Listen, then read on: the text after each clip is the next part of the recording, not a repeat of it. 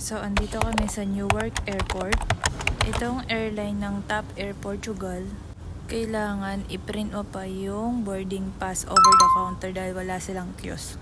Kahit nakapag-mobile or online check-in na kayo. And then, talagang kikiluhin nila yung carry-on bag nyo and then personal bag.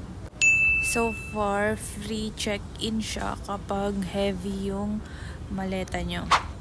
Mga 45 minutes kaming nakapila bago kami ma-assist.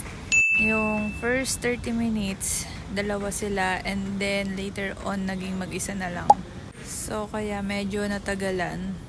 After nun, dadaan na kayo sa immigration. Mga 20 to 30 minutes kami nandun hanggang sa maskan yung bag and then yung mga passport. Ready nyo lang din yung boarding pass nyo. So far, mabilis and smooth lang yung process.